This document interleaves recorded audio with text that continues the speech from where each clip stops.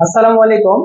সুপ্রিয় নবম দশম এবং এসএসসি শিক্ষার্থীরা, তোমাদের জন্য আজকে রসায়নের ষষ্ঠ অধ্যায় মোলের ধারণা এবং রাসায়নিক গণনা অধ্যায় নিয়ে আসছি। একটি সৃজনশীল মানে একটি উদ্দীপক দিয়ে পুরো মোটামুটি অধ্যায়ের 80% সমস্যার সমাধান হয়ে যাবে আশা করি। খুব মনোযোগ সহকারে এই ক্লাসটা তোমরা দেখবে। আশা করি এই অধ্যায়ের যতটুকু প্রশ্ন আছে এটার দ্বারা 80% সলভ হয়ে যাবে আশা করি। তো আসো দেখি, এখানে দেখো একটা উদ্দীপক দেওয়া আছে যে পাত্র এ এবং পাত্র বি। এখানে দেওয়া আছে নাইট্রিক অ্যাসিড এবং সোডিয়াম হাইড্রোক্সাইড, এটা 5 গ্রাম দেওয়া আছে, এখানে 0.5 মোলার দেওয়া আছে। তো এখন দেখো আমাদের এই এতে যে টপিক যেগুলো আছে সেটা হচ্ছে মোল আছে, মোলার গ্যাসের মোলার আয়তন আছে, মোলার দ্রবণ আছে, যৌগের মৌলের সত্র সংযুক্তি আছে, সত্র সংযুক্তির স্থূল সংকেত আণবিক সঞ্চয় এগুলো নির্ণয় করা এবং লিমিটিং বিক্রিয়ক। এবার এটা নিয়ে আমি কথা বলবো। প্রথমেই 1 নাম্বার প্রশ্ন, পাত্র এ এবং পাত্র বি এর মধ্যে কোনটির ঘনমাত্রা বেশি, গাণিতিক ভাবে বিশ্লেষণ করো। তো চলো আমরা এটা সমাধান করি। পাত্র পাত্র এ এর ক্ষেত্রে দেখো, পাত্রের ক্ষেত্রে কি দেওয়া আছে, এখানে এখানে দেওয়া আছে ডাব্লু পদার্থের পরিমাণ দেওয়া আছে 5 গ্রাম, আর নাইট্রিক অ্যাসিডের আণবিক ভর আমরা এখান থেকে বের করে নেব HNO3। Nitric acid 1 plus 14 16 into 3, একটু হিসাব করি, 3 16 48 14 1 63 গ্রাম, এই 63। এবং এখানে দেওয়া আছে দুই পাত্রের জন্য আয়তন দেওয়া আছে 250 ml। হ্যাঁ, তো দেখো এই ক্ষেত্রে কোনটির ঘনমাত্রা অর্থাৎ এস, হ্যাঁ, এটা বের করার জন্য আমরা একটা সূত্র জানি, W = SMV/1000। এই সূত্র দ্বারা আমরা ঘনমাত্রা নির্ণয় করতে পারি। তো দেখো এখানে তাহলে আমাদের বের করতে হচ্ছে S ইকুয়াল হট অর্থাৎ ঘনমাত্রা, তাহলে SMV কোনাকুনি গুণন 1000 ইন্টু W, আর এখান থেকে S সমান 1000 ইন্টু W/MV। হ্যাঁ, অতএব S সমান এখানে 1000, W সমান হচ্ছে 5, M সমান হচ্ছে 63 আর 250। তো এখানে দেখো আমরা এখানে হিসাব করি একটু, যে 1000 ইন্টু 5 ভাগ 63 ইন্টু 250, 0.32 M, 0.317 এসেছিল, আমি এখান থেকে 2 নিলাম, এরকম মান এসেছিল 0.317। তো এখানে যখন আসবে তখন আমরা এখানে যদি 5 এর বেশি থাকে তাহলে আমরা এখানে 1 যোগ করে নিতে পারি। ঠিক আছে, আশা করি তোমরা এটা বুঝতে পারছো। আর বলছে কোনটির ঘনমাত্রা বেশি, তো এটির ঘনমাত্রা 0.32 আর এখানে হচ্ছে 0.5। এখানে দেওয়া আছে পাত্র এর হচ্ছে 0.32 মোলার, আর এখানে হচ্ছে পাত্র বি হচ্ছে 0.5 মোলার। তাহলে আমরা এখানে দেখতে পাচ্ছি যে পাত্র এ ইজ লেস দেন পাত্র বি, অর্থাৎ বি পাত্রের ঘনমাত্রা বেশি। ঠিক আছে, আশা করি তোমরা 1 নাম্বার প্রশ্নের সমাধান পেয়েছো। আসো এবার আমরা পরের প্রশ্নতে যাই। পাত্র এ ও বি মিশ্রিত করলে যে লবণ উৎপন্ন হয়। আচ্ছা, মিশ্রিত করতে বলছে মানে কি, আসলে মিশ্রিত করতে বলছে মানে বিক্রিয়াটা আমাদের করে দেখাতে হবে। হ্যাঁ, এখন আমরা পরের প্রশ্নতে চলে গেলাম। দেখো যে এখানে পাত্র এ এবং বি মিশ্রিত করলে যে লবণ উৎপন্ন হয়, তাহলে এখানে নাইট্রিক অ্যাসিড তার সাথে সোডিয়াম হাইড্রোক্সাইডে বিক্রিয়া করলে সোডিয়াম নাইট্রেট প্লাস, হ্যাঁ, তো এখানে বলতেছে শতকরা সংযুক্তি এইটা, তাহলে সোডিয়াম নাইট্রেট এখানে সমতা সম্ভবত করে আছে, সমতা করার জন্য অতিরিক্ত কোনো সংখ্যা বসানোর দরকার হচ্ছে না। তাহলে দেখো, শতকরা সংযুক্তি নির্ণয়ের জন্য আমাদেরকে জানতে হবে হচ্ছে আণবিক ভর। ঠিক আছে, এই যৌগের আণবিক ভরটা জানতে হবে প্রথমে, এর আণবিক ভর। ঠিক আছে, তাহলে এখানে আমরা একটু ট্রাই করে নেই। 23 যোগ 14 যোগ 16 গুণন 3। আচ্ছা, আমরা একটু ক্যালকুলেশন করি। তাহলে হচ্ছে 348 14 23 85। ঠিক আছে, 85। হ্যাঁ, এখন আসো যে এই যৌগে সোডিয়ামের শতকরা সংযুতি। ঠিক আছে, নিয়ম কি? নিয়ম হচ্ছে এই যৌগের পারমাণবিক ভর, এই যৌগের পারমাণবিক ভর এটা কত? 23। পরমাণু সংখ্যা হচ্ছে 1 1 লিখতে হয় না সচরাচর। ঠিক আছে, সরাসরি 100% পার্সেন্টেজের জন্য 100 দিয়ে দিলাম, আর ডিভাইডেড আণবিক ভর, নিয়ম হচ্ছে এটা। তাহলে এই যৌগে যে মৌলের শতকরা সংযুতি নির্ণয় করব, তার পারমাণবিক ভর গুণন তার পরমাণু সংখ্যা, যেহেতু এক আছে আমরা লিখি নাই, 100 পার্সেন্টেজের জন্য 100 এবং ডিভাইডেড আণবিক ভর, টোটাল যৌগের আণবিক ভর। ঠিক আছে, আমরা এখন হিসাব করব। তারপরে নাইট্রোজেনের শতকরা সংযুতি, এখানে আসা হচ্ছে নাইট্রোজেনের 14, এখানেও একটা পরমাণু আছে, এক দিলাম না, পার্সেন্টেজ দিলাম 100 100 দিলাম, এই জন্য পার্সেন্টেজ নিয়ে আসলাম। হ্যাঁ, এরপরে আছে অক্সিজেন। হ্যাঁ, অক্সিজেনেরটা আমি দেখি, অক্সিজেন হচ্ছে 16 ইন্টু 3, কয়টা আছে? 3টা, ইন্টু হচ্ছে 100 ডিভাইডেড 85। এখন আসো আমরা তিনটার একটু ক্যালকুলেশন করে নিই। 23 ইন্টু 100 ডিভাইডেড 85, 27.06 লিখে দিলাম। 58 এসেছিল, 058। তাহলে আমরা যেহেতু আমরা 8টাকে অ্যাভয়েড করেছি, সেহেতু আমরা 1 অ্যাড করে দিলাম।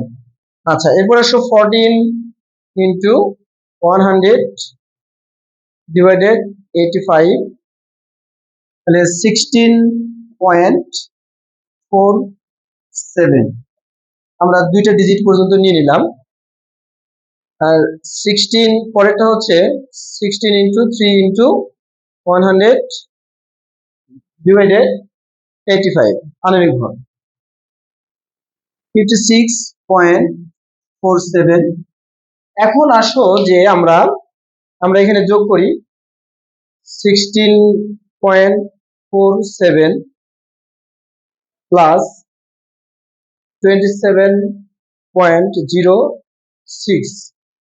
দেখো, এই তিনটা মিলে যদি 100 or above 100 আসে, তাহলে বুঝবা যে তোমাদের শতকরা সংযুতি ঠিক আছে।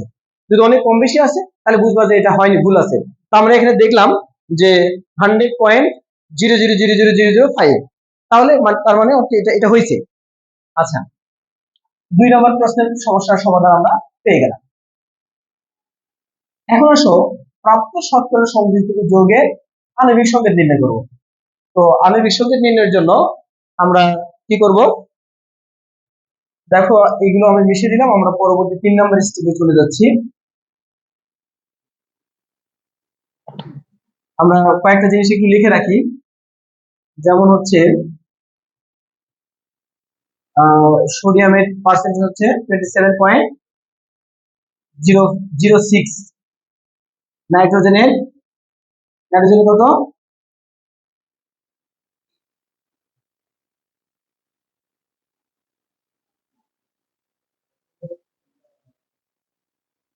নাইট্রোজেন কত? 16.47%, আর এটা হচ্ছে 56.47। আচ্ছা, ঠিক আছে, এটা আমি লিখে রাখলাম। আর আরেকটা বিষয় একটু লিখে রাখলাম, সেটা হচ্ছে আণবিক ভর, যৌগের আণবিক ভর, অর্থাৎ যৌগের আণবিক ভর সমান হচ্ছে 25। এটা একটু নোট ডাউন করে রাখলাম। তাহলে প্রথমে প্রাপ্ত শর্করা সংযুক্ত থেকে আণবিক সংকেত নির্ণয়ের আগে স্থূল সংকেতের দিকে অগ্রসর হতে হবে। 3 নম্বর প্রশ্নের উত্তর, প্রথমে প্রাপ্ত শর্করা সংযুতিকে নিজ নিজ পারমাণবিক ভর দ্বারা ভাগ করি। ঠিক আছে, শর্করা সংযুতিকে নিজ নিজ পারমাণবিক ভর দ্বারা ভাগ করে। যেমন সোডিয়াম 27.06 ডিভাইডেড 23 ভাগ করলে কত আসতেছে? 27.06 ভাগ 23। তোমরা একটু করে ফেলো। 1.18। আচ্ছা, এরপরে নাইট্রোজেন 16.47 ডিভাইডেড, নাইট্রোজেন হচ্ছে পারমাণবিক ভর হচ্ছে 14। তাহলে আমরা যদি ভাগ দিই ইনটু 447 ডিভাইডেড, তাহলে 1.18 সেম আসছে। তারপর অক্সিজেনেরটা 56.47 ডিভাইডেড 16। হ্যাঁ, তাহলে এটা কি হবে? 56.47 ডিভাইডেড 16, 3.53। ঠিক আছে, এখন আমরা যে নিয়মটা জানি সেটা কি, যে প্রাপ্ত ভাগফলগুলোর মধ্যে সর্বনিম্ন মান দ্বারা সবাইকে ভাগ করব। প্রাপ্ত ভাগফলগুলোর মধ্যে সর্বনিম্ন দুটাই, যে কোনো একটা দ্বারা ভাগ করব। ঠিক আছে, তাহলে আমি একটু মিশিয়ে দিলাম। এই তথ্যগুলো একটু লিখে রাখি। 1.18, সোডিয়াম নাইট্রোজেন হচ্ছে 1.18, আর হচ্ছে অক্সিজেন হচ্ছে, আচ্ছা আমি এটা একটু মিশিয়ে দিলাম। প্রাপ্ত ভাগফলগুলোর মধ্যে সর্বনিম্ন মান দ্বারা সবগুলো ভাগ। এখানে লিখে বলি প্রাপ্ত ভাগফল গুলোর মধ্যে সর্বনিম্ন ভাগফল দ্বারা, হ্যাঁ, সবগুলোকে ভাগ করি। ঠিক আছে, তাহলে 1.18 ডিভাইডেড 1.18, 1। নাইট্রোজেনের 1.18 ডিভাইডেড 1.18 সমান হচ্ছে 1। অক্সিজেনের যদি আমরা ভাগ করি,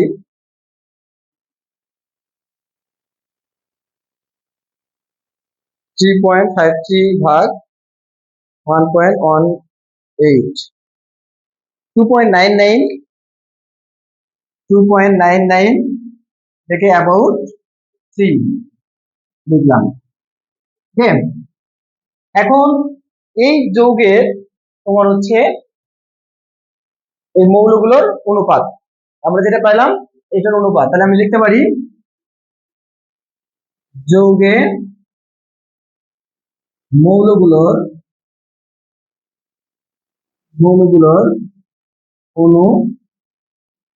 অনুপাত, সোডিয়াম অনুপাত, নাইট্রোজেন অনুপাত, অক্সিজেন সমান 1:1:3।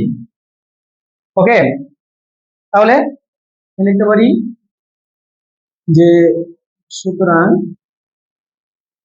যৌগের স্থূল সংকেত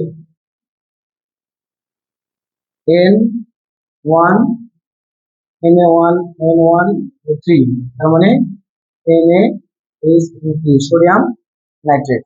ঠিক আছে, সোডিয়াম নাইট্রেট লবণের স্থূল সংকেত পেয়ে গেছি। এবার আমাদেরকে বলছে আমাদেরকে যাইতে হবে আণবিক সংকেতের দিকে। তাহলে আমি কি করব, এবার আমরা স্থূল সংকেত থেকে আণবিক সংকেতের দিকে অগ্রসর হবো। ঠিক আছে, আসো আমরা একটু অগ্রসর হই। তাহলে ধরি যৌগের আণবিক সংকেত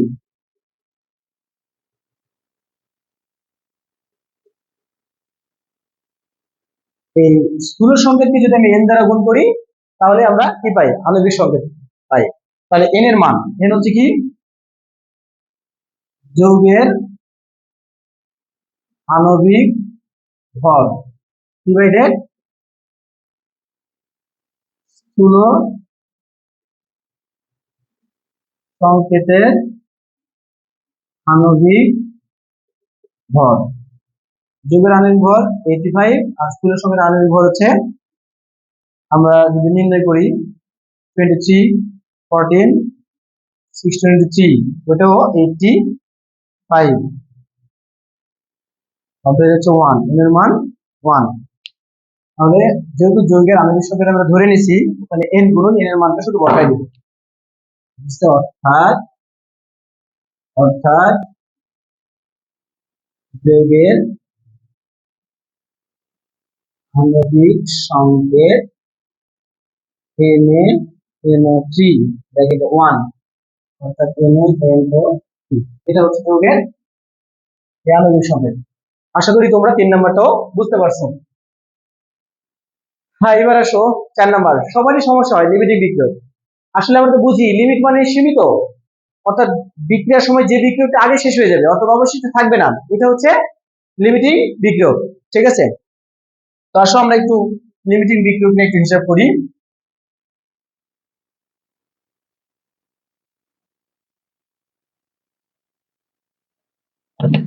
লিমিটিং বিক্রিয়ক বোঝার জন্য আমাদেরকে প্রথমে এই রিঅ্যাকশনটা আমরা একটু লিখে ফেলবো আবার, যে নাইট্রিক অ্যাসিডের সাথে সোডিয়াম হাইড্রোক্সাইডের বিক্রিয়ায় এখানে সোডিয়াম নাইট্রেট লবণ আর হচ্ছে পানি, এটা 85 গ্রাম আমরা আগে হিসাব করেছিলাম। এটা হচ্ছে 23 16 আর এটা কত হচ্ছে বলো দেখি, 23 16 প্লাস 1 40, এটা হচ্ছে 40 গ্রাম, এটা হচ্ছে 63 গ্রাম। তারপরে একটু কনফার্ম হই, 48 প্লাস 14 প্লাস 1 63। ওকে, আমরা হিসাবে চলে গেলাম। এবার দেখো লিমিটিং বিক্রিয়ক। এইখানে দেখো বি পাত্রের পরিমাণটা দেওয়া নেই, লিমিটিং বিক্রিয়ক করবো, বি পাত্রের পরিমাণ দেওয়া নেই। বি পাত্রের পরিমাণ অর্থাৎ এখানে এই ডাব্লিউ পরিমাণটা বের করে নেবো। এখানে পদার্থের পরিমাণ কতটুকু দেওয়া আছে, এই পদার্থের পরিমাণটা বের করে নেবো। হ্যাঁ, মানে প্রথমে আসি পাত্র বি এর ক্ষেত্রে, W equal SMV divided 1000।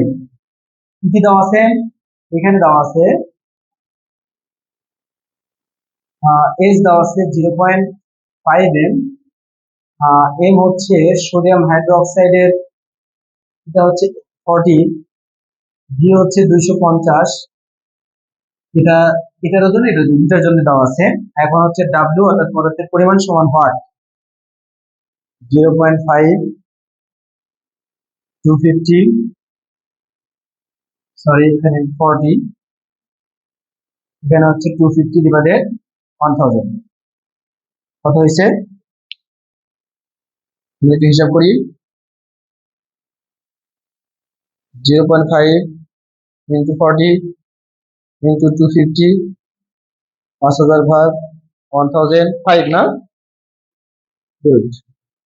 আচ্ছা, তাহলে আমরা 5 গ্রাম পেয়ে গেছি। তাহলে এখানে পরিমাণ দেওয়া আছে হচ্ছে 5 গ্রাম, এই যোগের আছে 5 গ্রাম, এটাও 5 গ্রাম, এটাও 5 গ্রাম দেওয়া আছে। আচ্ছা, এটা দেওয়া ছিল না, এটা শুধু মোলারিটি দেওয়া ছিল। এখন আমরা আসবো, দেখো এই অংশটুকু মিশিয়ে দিলাম,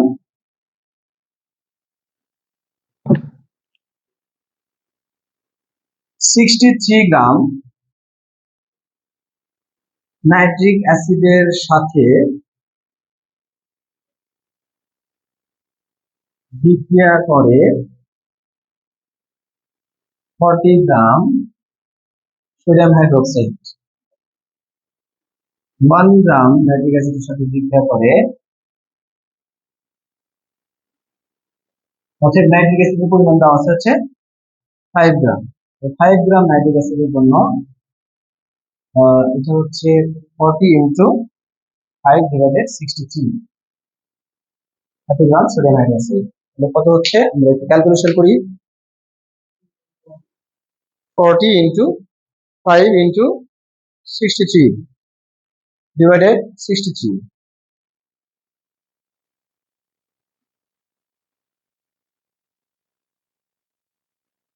হলো 3.175। এটা ধরে নিই সোডিয়াম হাইড্রোক্সাইড। আচ্ছা, এখানে সোডিয়াম হাইড্রোক্সাইড পরিমাণ দেওয়া আছে হচ্ছে, সরি, প্রয়োজন হচ্ছে 3.175, দেওয়া আছে হচ্ছে 5 গ্রাম। যা লাগবে তার সাথে বেশি গ্রাম দেওয়া আছে, তো এখানে বেঁচে যাবে, কি বেঁচে যাবে, সোডিয়াম হাইড্রোক্সাইড। তাহলে লিখবো অবশিষ্ট সোডিয়াম হাইড্রোক্সাইডের পরিমাণ, হ্যাঁ, 5 মাইনাস 3.175,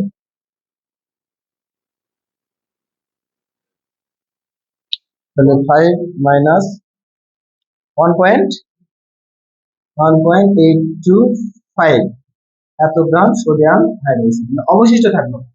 এখন দেখো এটাকে আমরা উল্টা দিক থেকে করবো, হ্যাঁ,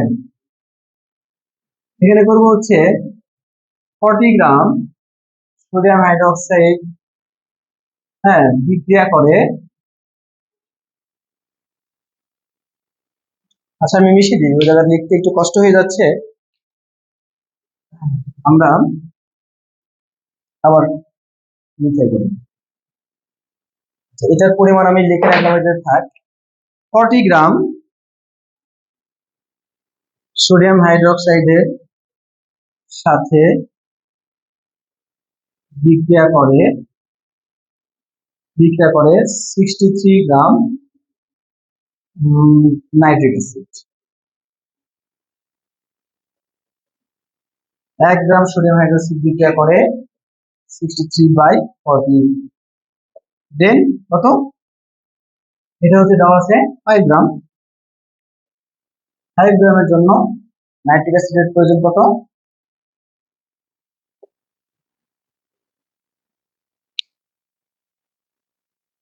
তাহলে আমাদের হিসাব করি 63 ইন্টু 5 ভাগ 40, 7.88 বা 7.875 গ্রাম নাইট্রিক অ্যাসিড। আচ্ছা, এখন দেখো নাইট্রিক অ্যাসিডের পরিমাণ এইটা, নাইট্রিক অ্যাসিড দেওয়া আছে 5 গ্রাম, আরো বেশি লাগবে, তাহলে এখানে লিখতে হবে আরো নাইট্রিক অ্যাসিডের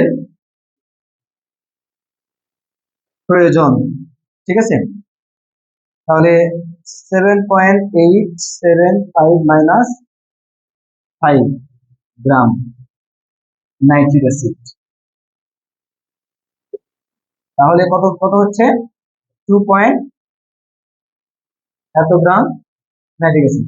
তো যেহেতু এটা আরো প্রয়োজন হচ্ছে, মানে অর্থাৎ শেষ হয়ে গেছে, সুতরাং নাইট্রিক অ্যাসিড হচ্ছে লিমিটিং বিক্রিয়ক। এই জায়গায় লিখে নিব যে নাইট্রিক অ্যাসিড লিমিটিং বিক্রিয়ক। আশা করি তোমরা 4 নম্বর প্রশ্নের উত্তর যথাযথভাবে পেয়েছো। এখন 5 নম্বরের দিকে অগ্রসর হলাম। এখানে বলা হচ্ছে এ ও বি মিশ্রিত করলে দ্রবণের প্রকৃতি বিশ্লেষণ করো।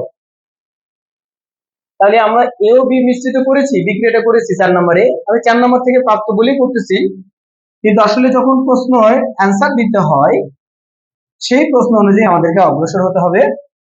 সেই প্রশ্নটা কোন জায়গা থেকে চাইছে। তাহলে দ্রবণের প্রকৃতি বিশ্লেষণ করতে বললে আমাদের কিন্তু লিমিটিং বিক্রিয়ক এটা সচরাচর চায় না। তাহলে লিমিটিং বিক্রিয়ক বের করার পরে দ্রবণের প্রকৃতি বিশ্লেষণ করতে হয়। সুতরাং লিমিটিং বিক্রিয়ক চাইলে দ্রবণের প্রকৃতি না চাওয়ার সম্ভাবনাই বেশি। আর যদি দ্রবণের প্রকৃতি চাই তাহলে লিমিটিং বিক্রিয়ক চাইবে না। লিমিটিং বিক্রিয়ক বের করার পরেই দ্রবণের প্রকৃতি বের করতে হবে। এই জায়গায় তেমন কোনো কথা নাই, এই জায়গায় একটাই কথা, সেটা হচ্ছে অবশিষ্ট রয়েছে কি? অবশিষ্ট রয়েছে সোডিয়াম হাইড্রোক্সাইড। তাহলে এই সোডিয়াম হাইড্রোক্সাইড কেমন যৌগ? সোডিয়াম হাইড্রোক্সাইড প্রকৃতি হচ্ছে ক্ষারীয়। তাহলে যেহেতু দ্রবণে সোডিয়াম হাইড্রোক্সাইড রয়ে গেছে, তাই কি সোডিয়াম হাইড্রোক্সাইডের প্রকৃতি ক্ষারীয়, তাই দ্রবণের প্রকৃতিও ক্ষারীয়।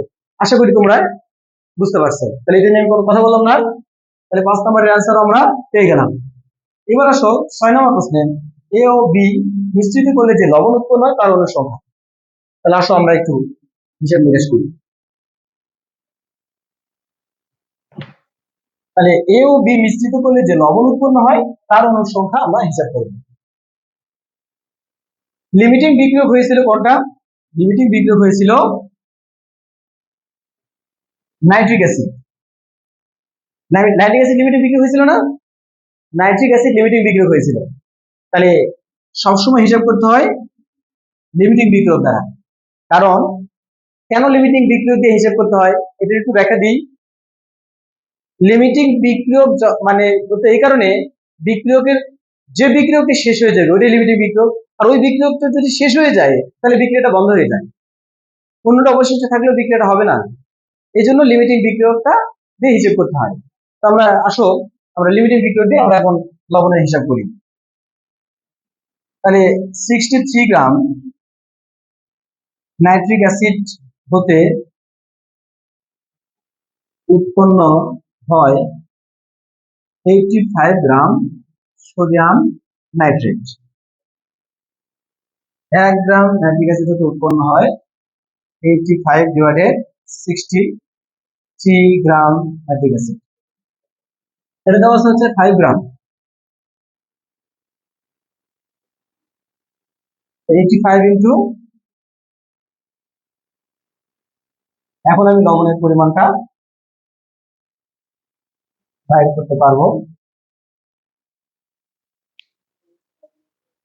6.7, আচ্ছা 85 ইন্টু 5 ডিভাইডেড 63 অর্থাৎ 6.74 বা 75 লিখতে পারি, এত গ্রাম সোডিয়াম নাইট্রেট।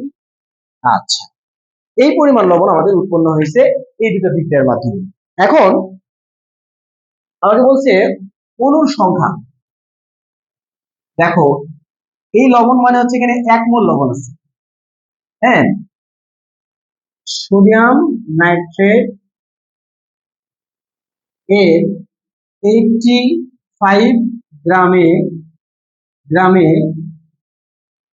অণুর সংখ্যা 6.023 ইন্টু 1023। এখন কথা হচ্ছে এখানে 1 মোলে এই সংখ্যক অণু থাকে। 1 মোল সমান 85 গ্রাম। এত গ্রামে 85 গ্রামে যে এতটা অণু থাকে, এতটি অণু, তাহলে নাইট্রিক অ্যাসিডের 1 গ্রামে অণুর সংখ্যা কত হবে? 6.023 ইন্টু 23 ডিভাইডেড 85। আর কি হবে? এটা পরিমাণ বাড়ানো কত? 6.7। নাইট্রিক অ্যাসিডের 6.75 গ্রাম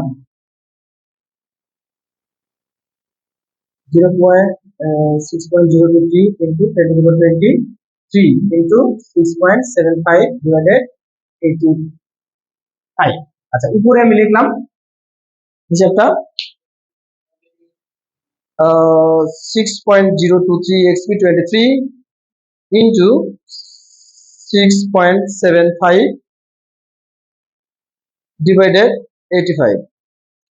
তাহলে উত্তর আসছে 4.783 into 1022 এতটি অণু। তার মানে উৎপন্ন লবণের অণুর সংখ্যা হচ্ছে, যে উৎপন্ন লবণের অণুর সংখ্যা হচ্ছে এতটি। আশা করি তোমরা বুঝেছো, এবং এই ক্লাসটা যদি তোমরা এট এ টাইম চ্যাপ্টার 6 এর একটা পরীক্ষা দিতে যাচ্ছ, এই মুহূর্তে যদি এই ভিডিওটা দেখে যাও, আশা করি তোমরা এটা পুরোটাই করতে পারবে। এবং আমার কষ্ট করে ক্লাস নেওয়ার জন্য একটা লাইক এবং একটি সাবস্ক্রাইব করবে। ধন্যবাদ সবাইকে।